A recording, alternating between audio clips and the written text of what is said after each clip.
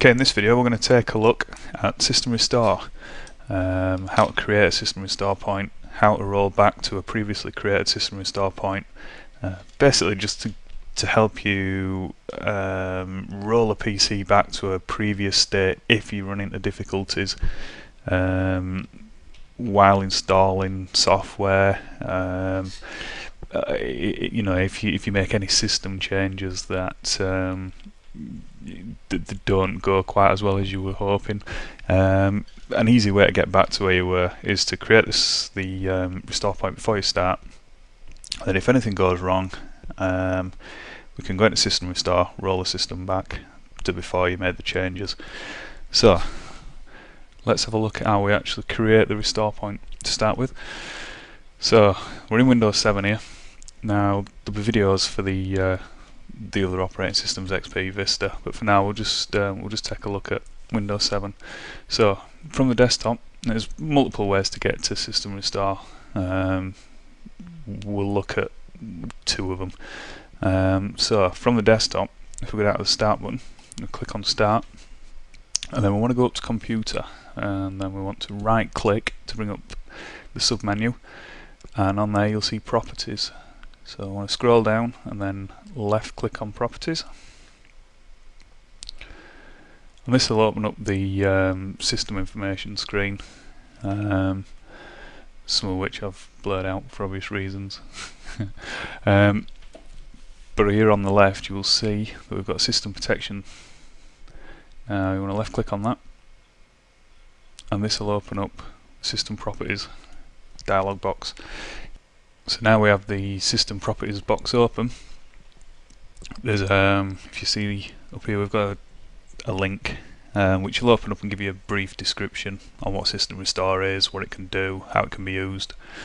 Below that we've got System Restore, and this is the actual button that we will be using if we need to roll the system back. We'll cover that in a minute. First of all, I just want to look at creating the restore point in the first place. The system will automatically make its own checkpoints every 7 days, I think it is, off the top of my head. But we can actually manually create a system restore point. Also, if you're installing software or anything like that, a lot of the times installing service packs, anything like that, upgrades, hotfixes for Windows will create a restore point before it goes ahead and installs anything, changes your system in any way. So it's only mainly that if you're actually going to be doing something yourself, that you're altering Windows settings yourself, good time to create a restore point. So the two options lower down here, we've got the Configure tab, which basically is already set up. Windows will set that up for you. You don't have to change anything in there. So we'll leave that for now. And then we've got the Create button. This is where the System Restore points are created manually. This is where you create these yourself. So if we go ahead and click on Create, and if we just create a test restore point here, that's basically all you have to do. Put that in, click on the Create. Now what's going to happen now is it's going to look at the whole C drive. It's going to take a snapshot of how it is at this moment, and it might take 2 or 3 minutes. Okay, so here we are. It's successfully created the restore point. So we click on Close, and that's it. That's as difficult as creating a system restore point is. We can click OK, and we can come out of there and we can finish. Right, what we'll do now is we'll have a look at how we actually use that system restore. So say we've just made some changes to the system, we don't like it, the system's not running right, something's not right, we can't quite put a finger on what it is, so we decide to roll the system back to a time when we knew everything was working great. So what we do is Windows 7 desktop again, click on Start. This time I want to go to All Programs, and then we want to go to Accessories. So we click on Accessories, and then we go down to System Tools, and you can see System Restore there. Now you can go back into the way that we did when we created the restore point, but this menu here just deals with actually restoring to a previous restore point rather than creating it.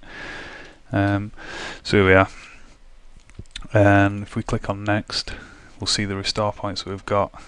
There's only 2 on this system at the moment, so I cleared them out so they were a little bit easier to see. We can add more. So there's a system image restore point there. We made a backup, which we'll cover later. But there we'll see our test that we created earlier on. I'm not going to go any further with this because it will roll the system back. But we'll click next, and then the system will set itself back to the way it was. It'll reboot, and once it's rebooted, it will have gone back to this date and time shown here. And hopefully everything will be great. And that's it. That's System Restore in a nutshell. Very easy to use. Can be a very great tool, you know, getting yourself back from the brink, as it were. And yeah, System Restore. So I want to thank you for viewing, and hope that was of some use for you.